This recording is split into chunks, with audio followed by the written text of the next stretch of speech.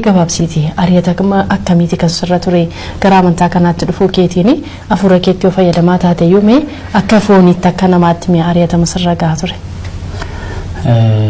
Inni kun baay'ee danuudha. Ani sammaayyuu waan baay'ee iyyuu hin dubbanne maaliif kitaaba kan hojjedheen jira achi keessa baay'een uummati keenya argachuu danda'u garuu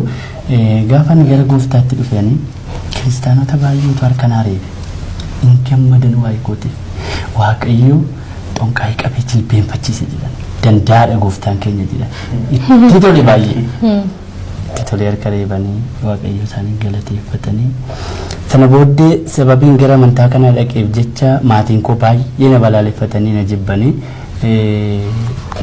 akka manatti hin galle na godhanii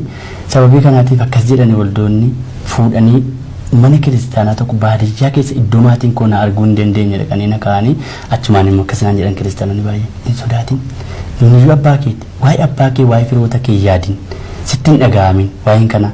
nu jirra miti nu abbaa kee miti obbolaa kee miti naan jedhan anis egaa baay'een gammade yeroo isaan akkasinaan jedhan maaliif maatirraa fagaachuu kootiif baay'een natti nan gadda akka fooniitti kanaafuu gaafa isaan sii jirraa maayyuu yaaddeen jedhan sana baay'ee gammadeen mana namaa sana jiraachuun jalqabe. Ani dhaladhee waan akka hojii hojjedheen beeku mana amantaa sana keessattis ta'e karaa xonqaa'ummaa kanaananii hojjechaan ture waan ta'eef uffata kollee namatti naamichaa uuma tokko hojjedheen beeku garuu amma gaafa gara mana namaa kanaa seenu egaa jireenya waan ta'eef uffata namaa miicaa qoraan cabsaa bishaan fidaa jiraachuun jalqabe. Yesuus natti ni aayir natti tole jireenyi Yesuus wajjin waan natti tolee fi homaa tokko waa'een hojjechuu kootii wanti natti dhaga'ame tokko utuu hin jiraatin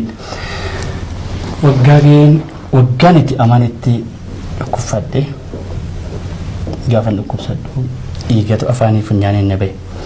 dhukkubsachaan dhufe tuun ta'in ammuma na qabe dhukkubsin galgaluma tokko na qabate dhiigi afaanii koo keessaanis funyaan koo keessaanis dhiigatu ba'a ture gaafa kana argan maatiin sun na jaallatu turanii dhiiga afaan koo keessaa bahu gaafa argan garuu duubatti achi deebi'an na baqatan biyya sana keessatti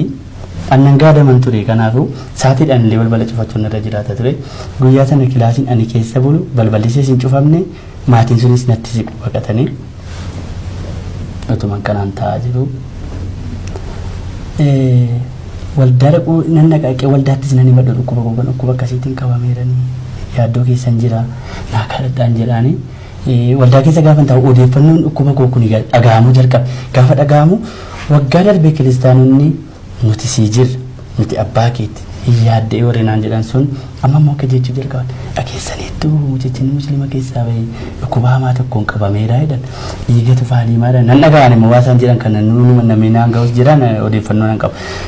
dhiigatu faaliimaadha mucichi dhukkuba daddarbaa waan qabuuf adaraa ittiin siqinaa harkaan qabinaa jechuu jalqaban maatiin ani bira boqodhee jiru sanatti dhufanii mani adaraa of biraa baasaa mucaan kun dhukkuba cimaadhaan qabameera jedhan dhuguma jedhanii namoonni na bira taa'u jibban waldaa keessa gaafan seenu dura malee gara teellaan taa'uun ture yeroo fuuldura taa'u namni hundi na biraa ka'a xarapheessaa nama shanii amma ja'a baatu jira achirra yeroon taa'u asiinis na biraa ka'u asiinis na biraa ka'u ani qofaa koon itti taa'an ture waaqayyoonni namarraan sinne garuu achitti natti siqee taa'e maqaan isaa kan eebbifame haa ta'u kana duwwaa miti ala kana hiriyoonni koo hin haasa'u yeroo natti dhufan harkanan qaban amma irratti kan hin dagan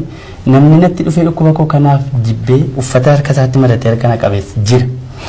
Kanaaf namoonni baay'ee na baqachaa turanii natti siquu baqachaa turanii kanaaf waldaa kiristaanarra deemee kiristoosin dhiisu jedhee waaqayyotti addan ba'u ani jedhee buusaallee kadhadhee gara hospitaalaa deemee yaalameedha dhukkubni sunis kanaan fayyuu hin dandeenye qoricha sanaanii isa booddee hiriyaata warran bira taa'u sun kanan hin daganne dhukkubni kee kun dhukkuba sodaachisaadhaan nuyi ijoollee daa'imuuf jalaa qabnaa meeddoo barbaaddadhu mana gannu dhiisinaan jedhan mana isaaniitti waan ta'eef gadi hin dhiisee fi gaafa gadi dhiisuuf hiriyaa tokkoon qaba kan wajjin barannu kottu na bira jedhe haadha qaba abbaan qabu hiriyaan koo kuni na bira taa'ee gooftaa baay'ee jaallata na jaallata wajjin immoo faarfattoota keessa wajjin faarfannaa isa bira naqee boqodhe gaafan isa bira boqodhu isatti illee dhufanii maal jedhaniini ati du'uu barbaaddaayee dhukkubi kun akkasitti darbeessi ajjeesuu barbaaddaati kanaaf iyyuu baasi tamaamiin obberaa jedhan abbaa faadha isaa firoota isaa gooftaaf jedhee dhiisee bahee eessa dhaqin ittiin jedha amma yoon deem ittiin jedhe waaqayyo akka barbaade naa godhu malee ani tamaamiin deemin jedhu jedhe gaafa inni akkas jedhu haadha isaatti dhaqanii manatti mucaa kee kana dhabuu barbaaddaa attamitti mucaa kee bira ciiftita dhukkubii kan argaa jirtu miti dhiiga tufaa deema tamaamii jennaan dhugumayyuu akka jetti jaartittiin dhufte ati yaa mucaa kootiiti lafan itti tigatu hin qabu garuu naan jette mana yaalaa guddaadhaan si gahuudhaaf isaan dandeettis hin qabu garuu immoo iddoon si jijjiira naan jettee mana baadiyyaati mana citaadhaa iddoon horiin bultu jirti iddoo mucaan ta'e buluuf iddoon ta'e bultu jirti haa ta'u malee iddoo horiin bultu gidduu waan ani irra ciisu tokko wajjin naa kennanii horii gidduu ciisuun jalqabe kuni wangeelaaf achi gidduu ciisaa utuun jiru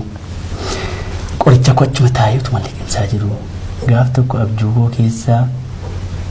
natti dhufe Yesuus inni nama hin ganne inni akka riyaan taane akka firaa inni hin taane Yesuus achitti dhufe akkasinaan jedhe tamaam jennaan ennaan ati anaa jettee fira dhabdee anaa jettee hundumarraa addaan baatee kun horii gidduu ciifte fincaan horii gidduu ciisaa akkati jirtu argeera kana booddee dhukkubni kee ittiin fufu naan jedhee natti odeessuu jalqabe kana booddee dhukkubni kee ittiin fufu har'aa kaatee ati fayyinaa yaadatamtee itti jennaan anachii kee afaan haaraa koo haasaa horii gidduu gangalachuu gaafan jalqabu gurbaa sana furii qulqulluun siree isaa irraa kaasee fidee ana biratti lafaan dhaye isa booddee wal qabannee utuma achi gangalannee haasuun utuma kadhannu takka jennee yeroo laallu harmeen isaa hirriba keessaa kaatee ibidda akkas godhaa nu barbaacha dhufte maal taatan ijoollee koo jechaa yeroo nu barbaacha obbarree yeroo of ilaallu eessaa dhufteetiin jedheen isaan ana beekaan hafuura qulqulluun fidee as na buuseera jedhe ani immoo Yesuus natti dubbatee fayyitee tanaan jedhe dhufee kana booddee qoricha kana liqimsinaan jedhenaan waaqa maarree liqimsin jennee qoricha sana gaa sa'aatii sana kaanee ganne guyyaa sana kaasee Yesuus fayyinaan yaadate.